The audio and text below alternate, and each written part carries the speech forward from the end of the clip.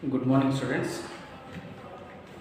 Already I have started a discussion on special relationship between the banker as well as the customer. And yesterday I have discussed the first element or the point in respect of a special relationship. Today let me proceed with the second condition, that is banker's obligation to maintain secrecy of his customers account. So ನಾವು ಕನ್ನಡದಲ್ಲಿ ಏನು ಹೇಳ್ತೀವಿ ಅಂತಂದರೆ ಗ್ರಾಹಕನ ಖಾತೆಯ ವಿವರಗಳನ್ನು ರಹಸ್ಯವಾಗಿಡುವ ಹೊಣೆಗಾರಿಕೆ.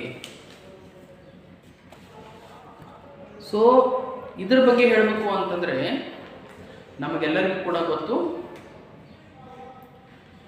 ಯಾವಾಗ ಒಬ್ಬ ಗ್ರಾಹಕ ತನ್ನಲ್ಲಿರ್ತಕ್ಕಂಥ ಉಳಿತಾಯದ ಹಣವನ್ನು ಠೇವಣಿ ರೂಪದಲ್ಲಿ ಬ್ಯಾಂಕಿನಲ್ಲಿ ಇಡ್ತಾನೆ, ಆ ಒಂದು ಕ್ಷಣದಿಂದ ಬ್ಯಾಂಕಿನ ಗ್ರಾಹಕ ಮತ್ತು ಬ್ಯಾಂಕರ್ನ ನಡುವೆ ಒಂದು ಒಪ್ಪಂದ ಅನ್ನುವಂಥದ್ದು ಏರ್ಪಡ್ತದೆ. ಆ ಒಪ್ಪಂದ ಅನ್ನುವಂಥದ್ದು ಏನು ಅಂತಂದರೆ ಒಂದು ರೀತಿಯಾಗಿರ್ತಕ್ಕಂತಹ ರಹಸ್ಯವನ್ನು ಇಡ್ತಕ್ಕಂಥ ಒಂದು ಒಪ್ಪಂದ, ಅಥವಾ ನಾವು ಅದಕ್ಕೇನು ಕರಿತೀವಿ ಅಂತಂದರೆ ಖಾಸಗಿ ಒಪ್ಪಂದ ಅಂತ ಕೂಡ ಕರಿತೀವಿ. ಯಾಕೆ ಈ ರೀತಿಯಾಗಿ ಕರಿತೇವೆ ಅಂತಂದರೆ, ಇಲ್ಲಿ ಬ್ಯಾಂಕರು ಯಾವುದೇ ಕಾರಣಕ್ಕೂ ಯಾವುದೇ ಸಂದರ್ಭದಲ್ಲಿಯೂ ಕೂಡ ಗ್ರಾಹಕನ ಖಾತೆಗೆ ಸಂಬಂಧಪಟ್ಟಂತೆ ಅಥವಾ ಗ್ರಾಹಕನಿಗೆ ಸಂಬಂಧಪಟ್ಟಂತೆ ಯಾವ ಮಾಹಿತಿಯನ್ನು ಕೂಡ ಮೂರನೇ ವ್ಯಕ್ತಿ ಜೊತೆಗೆ ಅಥವಾ ಇನ್ಯಾವುದೋ ವ್ಯಕ್ತಿ ಜೊತೆಗೆ ಯಾವುದೇ ಮಾಹಿತಿಯನ್ನು ಬಹಿರಂಗಪಡಿಸಬಾರದು. ಅದಕ್ಕೆ ನಾವೇನು ಕರಿತೇವೆ ಅಂತಂದರೆ ಗೌಪ್ಯತೆ ಅಥವಾ ರಹಸ್ಯವನ್ನು ಕಾಪಾಡೋದು ಅಂತೇಳಿ ಕರಿತೇವೆ. ಯಾಕಂತಂದರೆ ಒಬ್ಬ ಗ್ರಾಹಕ ಏನು ಮಾಡ್ತಾನೆ ಅಂತಂದರೆ ಬ್ಯಾಂಕಿನಲ್ಲಿ ಒಂದು ವ್ಯವಹಾರವನ್ನು ಮಾಡ್ತಾನೆ. ವ್ಯವಹಾರ ಮಾಡೋದು ಅಂತಂದರೆ ಏನು ಅಂತಂದರೆ ಆ ಬ್ಯಾಂಕಿನಲ್ಲಿ ಠೇವಣಿನ ಇರ್ತಕ್ಕಂಥದ್ದಾಗಿರ್ಬೋದು, ಅಥವಾ ಬ್ಯಾಂಕಿನಿಂದ ಸಾಲವನ್ನು ತೆಗೆದುಕೊಳ್ಳುವಂಥದ್ದು ಆಗಿರಬಹುದು, ಅಥವಾ ಯಾವುದೇ ರೀತಿಯಾಗಿರ್ತಕ್ಕಂಥ ಚೆಕ್ಕು, ಬಿಲ್ಲು ಮತ್ತು ಡ್ರಾಫ್ಟ್ಗಳನ್ನು ಏನು ಮಾಡೋದು ಅಂತಂದರೆ ಆ ಬ್ಯಾಂಕಿನವರಿಗೆ ಪಾವತಿ ಮಾಡುವಂತೆ ಆದೇಶವನ್ನು ಕೊಡ್ತಕ್ಕಂಥದ್ದಾಗಿರ್ಬೋದು, ಅಥವಾ ಒಬ್ಬ ಗ್ರಾಹಕನಿಗೆ ಬಂದಿರತಕ್ಕಂತಹ ಯಾವುದೇ ರೀತಿಯಾಗಿರ್ತಕ್ಕಂಥ ಚೆಕ್ಗಳನ್ನು ತನ್ನ ಖಾತೆಗೆ ಜಮೆ ಮಾಡುವಂತೆ ನಿರ್ದೇಶನ ಕೊಡ್ತಕ್ಕಂಥದ್ದಾಗಿರ್ಬೋದು. ಇವೆಲ್ಲ ಕೂಡ ಏನು ಅಂತಂದರೆ ಒಬ್ಬ ಗ್ರಾಹಕ ಬ್ಯಾಂಕಿನ ಜೊತೆಗೆ ಮಾಡ್ತಕ್ಕಂತಹ ವ್ಯವಹಾರಗಳು ಅಂತೇಳಿ ಕರಿತೇವೆ. ಅದಕ್ಕೆ ಇಂಗ್ಲೀಷ್ನಲ್ಲಿ ಹೇಳಬೇಕು ಅಂತಂದರೆ ನಾವೇನು ಕರಿತೇವೆ, state of customers account. So ಈ ಎಲ್ಲ ಟ್ರಾನ್ಸಾಕ್ಷನ್ಸ್ಗಳ ಬಗ್ಗೆ, ವ್ಯವಹಾರಗಳ ಬಗ್ಗೆ ಮಾಹಿತಿ ಯಾರಿಗಿರ್ತದೆ ಅಂತಂದರೆ ಯಾರು ವ್ಯವಹಾರವನ್ನು ಮಾಡಿರ್ತಾನೆ ಆ ಗ್ರಾಹಕನಿಗೆ ಅವನು ಹೊರತುಪಡಿಸಿದರೆ ಅವನ ಜೊತೆಗೆ ಯಾರು ವ್ಯವಹಾರವನ್ನು ಮಾಡಿರ್ತಾರೆ, ಸಂಬಂಧ ಇಟ್ಕೊಂಡಿರ್ತಾರೆ, ಅವ್ರು ಯಾರು ಅಂತಂದರೆ ಈ ಒಂದು ಕ್ಷಣದಲ್ಲಿ ಬ್ಯಾಂಕರ್ ಮಾತ್ರ. ಸೊ ಅದೇನಾಗಬೇಕು ಅಂತಂದರೆ ಆ ಎಲ್ಲ ವಿವರಣೆ ಮಾಹಿತಿ ಏನಾಗಬೇಕು ಅಂತಂದರೆ ಬ್ಯಾಂಕರು ಯಾವುದೇ ಕಾರಣಕ್ಕೂ ಯಾವುದೇ ಸನ್ನಿವೇಶದಲ್ಲೂ ಕೂಡ ಇನ್ನೊಬ್ಬರ ಜೊತೆಗೆ ಮಾಡ್ಕೋಬಾರ್ದು, ಅಂತಂದರೆ ಯಾವುದೇ ಮಾಹಿತಿಯನ್ನು ಶೇರ್ ಮಾಡ್ಕೋಬಾರ್ದು. ಸೊ ಶೇರ್ ಮಾಡ್ಕೊಂಡಿದ್ದೇ ಆದರೆ ಮೊದಲೇದೇನಾಗ್ತದೆ ಅಂತಂದರೆ ಕೆಟ್ಟ ಪರಿಣಾಮ ಅನ್ನುವಂಥದ್ದು ಒಬ್ಬ ಗ್ರಾಹಕನ ಮೇಲೆ ಪರಿಣಾಮ ಬೀರ್ತದೆ. ಗ್ರಾಹಕನ ಮೇಲೆ ಯಾವ ರೀತಿಯ ಪರಿಣಾಮ ಬೀರ್ತದೆ, ಅವನ ಘನತೆ ಆಗಿರ್ಬೋದು, ಅಥವಾ ಅವನಿಗಿರ್ತಕ್ಕಂಥ ಸ್ಥಾನಮಾನ ಆಗಿರ್ಬೋದು, ಅದಕ್ಕೆ ಚ್ಯುತಿ ಬರ್ತಕ್ಕಂತಹ ಕೆಲವೊಂದಿಷ್ಟು ಸಂದರ್ಭಗಳು ಕೂಡ ಕ್ರಿಯೇಟ್ ಆಗ್ಬೋದು, ಸೃಷ್ಟಿಯಾಗ್ಬೋದು. ಸೊ ಅದರಿಂದ ಏನಾಗ್ಬೋದು ಅಂತಂದರೆ ಒಬ್ಬ ಗ್ರಾಹಕನಿಗೆ ಯಾವುದೇ ರೀತಿಯಾಗಿರ್ತಕ್ಕಂಥ ಹಣಕಾಸಿನ ಹಾನಿ ಅನ್ನುವಂಥದ್ದು ಸೃಷ್ಟಿಯಾಗಬಹುದು. ಸೊ ಅದರಿಂದ ಏನಾಗ್ಬೋದು ಅಂತಂದರೆ ಅವನಿಗೆ ಮಾನಸಿಕವಾಗಿ ಹಿಂಸೆಯು ಕೂಡ ಆಗ್ತಕ್ಕಂಥ ಒಂದು ಸಂದರ್ಭವು ಕೂಡ ಸೃಷ್ಟಿಯಾಗ್ಬೋದು. ಅದಕ್ಕೆ ಏನು ಮಾಡಬೇಕು ಅಂತಂದರೆ ಯಾವಾಗಲೂ ಕೂಡ ಒಬ್ಬ ಬ್ಯಾಂಕರ್ ಏನು ಮಾಡಬೇಕು, ತನ್ನ ಗ್ರಾಹಕನಿಗೆ ಸಂಬಂಧಪಟ್ಟಂತೆ ಅಥವಾ ತನ್ನ ಗ್ರಾಹಕನ ವೈಯಕ್ತಿಕ ಖಾತೆಗೆ ಸಂಬಂಧಪಟ್ಟಂತೆ ಯಾವುದೇ ರೀತಿಯಾಗಿರ್ತಕ್ಕಂಥ ಮಾಹಿತಿಯನ್ನು ಏನು ಮಾಡಬಾರ್ದು, ಬಹಿರಂಗಪಡಿಸಬಾರ್ದು. ಆ ಎಲ್ಲ ಮಾಹಿತಿಗಳನ್ನು ಕೂಡ ಗೌಪ್ಯವಾಗಿ ರಹಸ್ಯವಾಗಿ ತನ್ನ ಹತ್ರನೇ ಮಾಡ್ಕೋಬೇಕು, ಅಂದರೆ ಸಂಗ್ರಹಣೆ ಮಾಡಿ ಇಟ್ಕೋಬೇಕು ಅನ್ನುವಂಥ ಅಂಶವನ್ನು ನಾವು ಏನು ಮಾಡ್ಬೋದು, ಇಲ್ಲಿ ಸ್ಪಷ್ಟವಾಗಿ ಹೇಳಬಹುದು. Okay, so here today what we are discussing is the second important special relationship, that is so called as banker's obligation to maintain of his customer's account. So this is very important. Why? Because when the customer is going to open an account in the bank by depositing some amount of money, from that time, since the inception of keeping of deposits in the bank, a kind of the contract is going to be created between the banker as well as the customer. And as far as that contract is concerned, that is so confidential, that is so private also. It means that the information with respect to the customer as well as the customer account is going to be kept confidentially. Confidential in the sense, each and every information must be maintained secretly. So what actually is meant by maintaining the secrecy? Secrecy means whatever the transactions which are going to be made by the customer with the banker, those transactions can be keeping of deposits or borrowing any kind of loans or advances, or giving some bill of exchange and promissory notes, drafts, check for the collection, and giving an instruction to the banker to make payment on the check. So like this, many different transactions are going to be takes place between the customer as well as the banker. Those transactions are so called as the statement of customer's account. The information with respect to the statement of customer's account should not be disclosed to anybody else at any cost of time. No third party, no other party should know the information with respect to the customer's account at any point of time. That is so called as the secrecy. Maintaining the secrecy, it means that the banker has to having the obligation not to disclose any kind of the information with respect to the customer. If suppose if he has disclosed any information, by that time it is going to adversely affect dignity, and it is going to badly affect the reputation of customer. Then the image of the customer is going to be ruined accordingly. That is why, because of all those reasons, sometimes the financial loss is going to be borne by the customer. For all those reasons, it will be the banker who is having the obligation to compensate the loss. Okay, this is the introduction part of the banker's obligation to maintain secrecy of his customer's account. But in some of the special circumstances, the banker can share or disclose the confidential information of the customer's account to some other people. ನಾವೇನು ಹೇಳ್ತೀವಿ ಅಂತಂದರೆ, ಈ ಕೆಳಕಂಡ ಸಂದರ್ಭಗಳಲ್ಲಿ ಒಬ್ಬ banker ಏನು ಮಾಡ್ಬೋದು ಅಂತಂದರೆ, ಗ್ರಾಹಕನಿಗೆ ಸಂಬಂಧಪಟ್ಟಿರ್ತಕ್ಕಂಥ ಮಾಹಿತಿಗಳನ್ನು ಬಹಿರಂಗಪಡಿಸಬಹುದು. ಯಾವೆಲ್ಲ ಸಂದರ್ಭ ಮತ್ತು ಸನ್ನಿವೇಶಗಳಲ್ಲಿ? ಮೊದಲೇದು ಯಾವುದು ಅಂತಂದರೆ, there is an express or implied consent of the customer. Express as well as the implied customer of the customer ಅಂತಂದರೆ ಏನು? ಯಾವಾಗ ವ್ಯಕ್ತ ಮತ್ತು ಅವ್ಯಕ್ತ ಸಮ್ಮತಿಯನ್ನು ಒಬ್ಬ ಗ್ರಾಹಕ ಬ್ಯಾಂಕರ್ಗೆ ವ್ಯಕ್ತಪಡಿಸ್ತಾನೆ ಅಂತಂದರೆ ಏನು? ಈ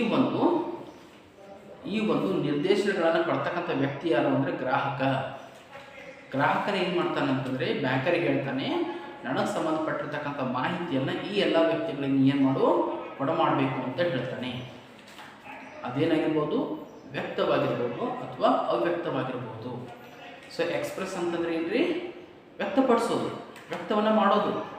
ಕೆಲವೊಂದು ಸಾರಿ ಏನು ಮಾಡ್ತಾನಂತಾರೆ ಒಬ್ಬ ಗ್ರಾಹಕ ಬ್ಯಾಂಕರ್ಗೆ ಏನು ಮಾಡ್ತಾನಂದರೆ ಬರವಣಿಗೆ ರೂಪದಲ್ಲಿ ಹೇಳ್ತಾನೆ, ಶಬ್ದಗಳ ರೂಪದಲ್ಲಿ ಹೇಳ್ತಾನೆ. ಏನಂತೇಳಿ ನನಗೆ ಸಂಬಂಧಪಟ್ಟಿರ್ತಕ್ಕಂಥ ಮಾಹಿತಿಯನ್ನು ಈ ಎಲ್ಲ ವ್ಯಕ್ತಿಗಳಿಗೆ ಕೊಡಮಾಡಬೇಕು. ಯಾವ ವ್ಯಕ್ತಿಗಳಾಗಿರ್ಬೋದು? ಆ ವ್ಯಕ್ತಿಗೆ ಸಂಬಂಧಪಟ್ಟಿರ್ತಕ್ಕಂತಹ ಅಡ್ವೊಕೇಟ್ಸ್ ಆಗಿರ್ಬೋದು, ವಕೀಲರಾಗಿರ್ಬೋದು, ಆ ವ್ಯಕ್ತಿಗೆ ಸಂಬಂಧಪಟ್ಟಿರ್ತಕ್ಕಂತಹ ಚಾರ್ಟರ್ಡ್ ಅಕೌಂಟೆಂಟ್ಸ್ ಆಗಿರ್ಬೋದು, ಆಡಿಟರ್ಸ್ ಆಗಿರ್ಬೋದು, ಲೆಕ್ಕ ಪರಿಶೋಧಕರಾಗಿರ್ಬೋದು, ಅಥವಾ ವ್ಯಕ್ತಿಗೆ ಸಂಬಂಧಪಟ್ಟಿರ್ತಕ್ಕಂತಹ ಸೆಕ್ರೆಟರಿ ಆಗಿರ್ಬೋದು, ಕಾರ್ಯದರ್ಶಿ ಆಗಿರ್ಬೋದು, ಮ್ಯಾನೇಜರ್ಸ್ಗಳಾಗಿರ್ಬೋದು. ಮ್ಯಾನೇಜರ್ಸ್ ಅಂತಂದರೆ ಏನು? ವ್ಯವಸ್ಥಾಪಕರಾಗಿರ್ಬೋದು ಅಥವಾ ಕ್ಲರ್ಕ್ ಆಗಿರ್ಬೋದು.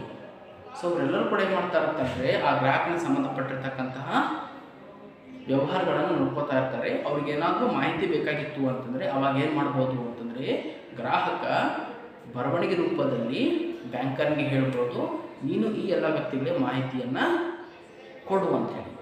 ಅದಷ್ಟೇ ಅಲ್ಲದೆ ಇನ್ನೊಂದು ಯಾವುದು ಅಂದರೆ ಅವ್ಯಕ್ತ. ಅವ್ಯಕ್ತ ಅಂತಂದರೆ ಏನ್ರಿ?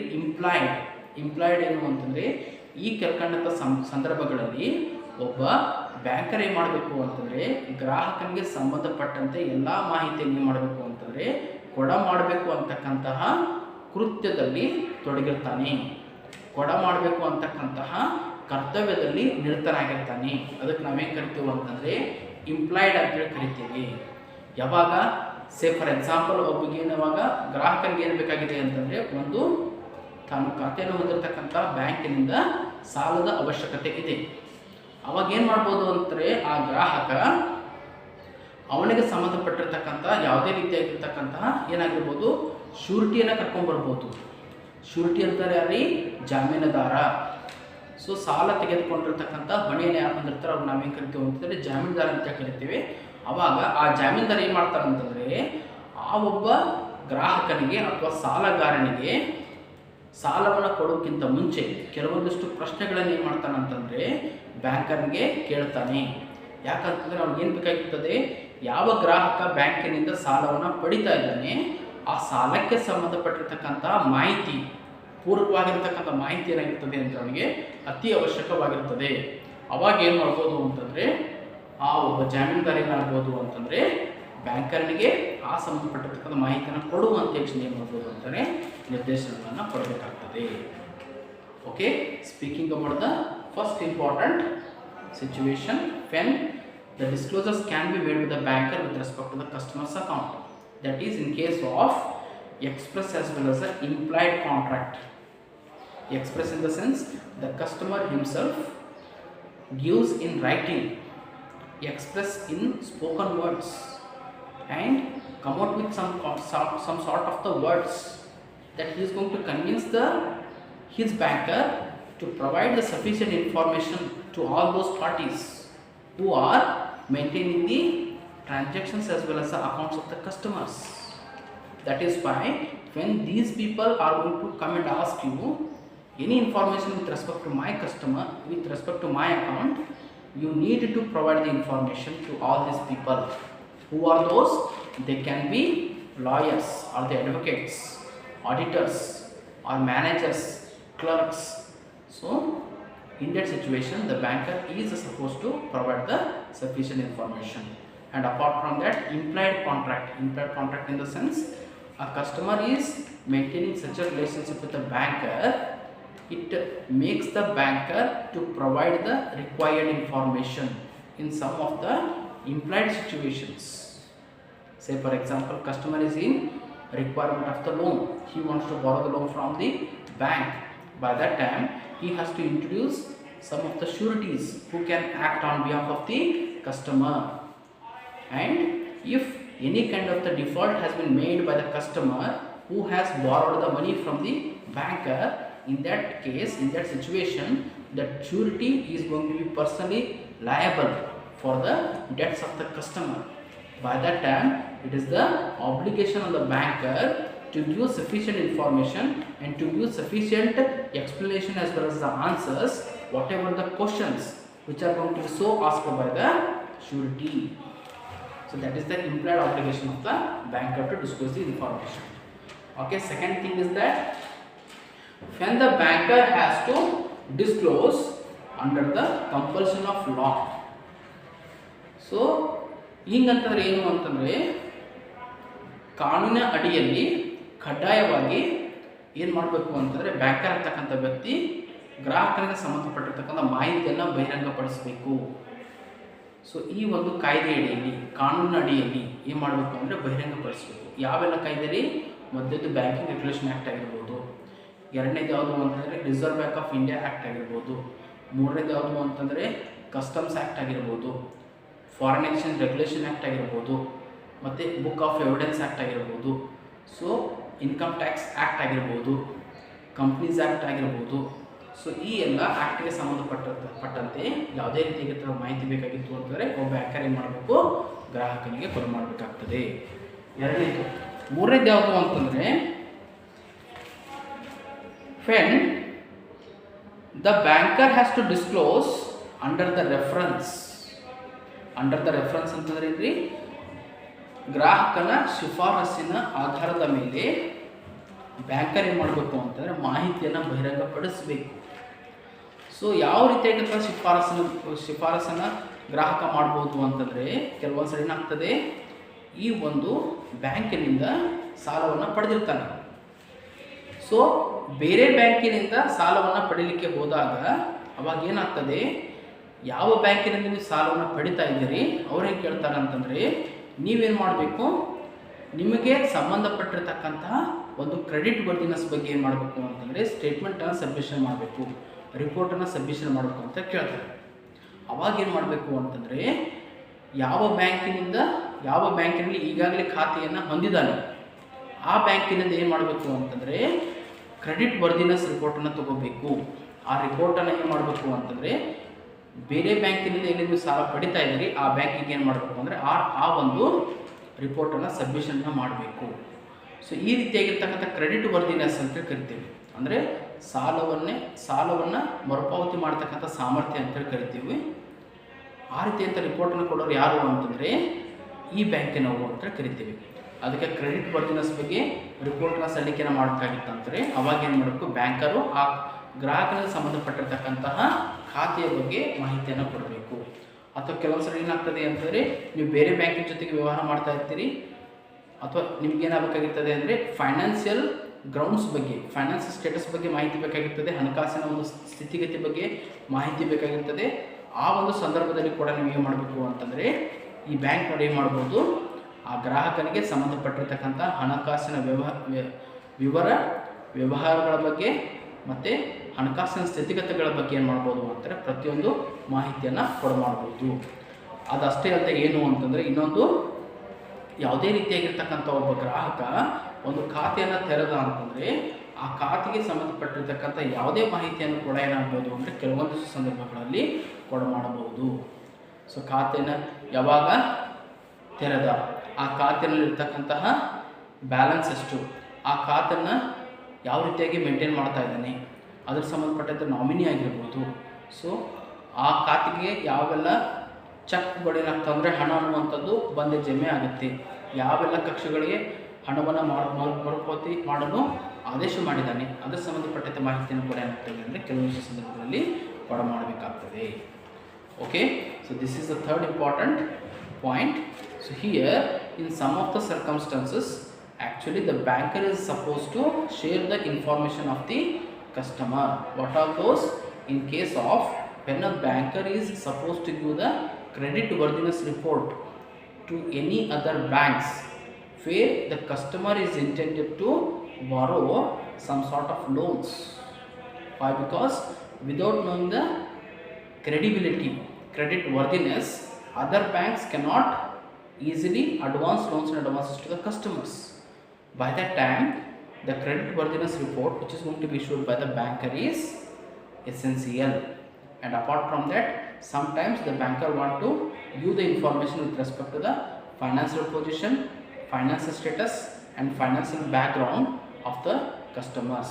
And in some other cases, the information with respect to the account position, how the account is going to be opened and who is going to operate the accounts, what are amounts are going to be deposits, to whom you are going to make the payment of the money. With respect to all that, the information with respect to the account position, the banker is supposed to share with the customers.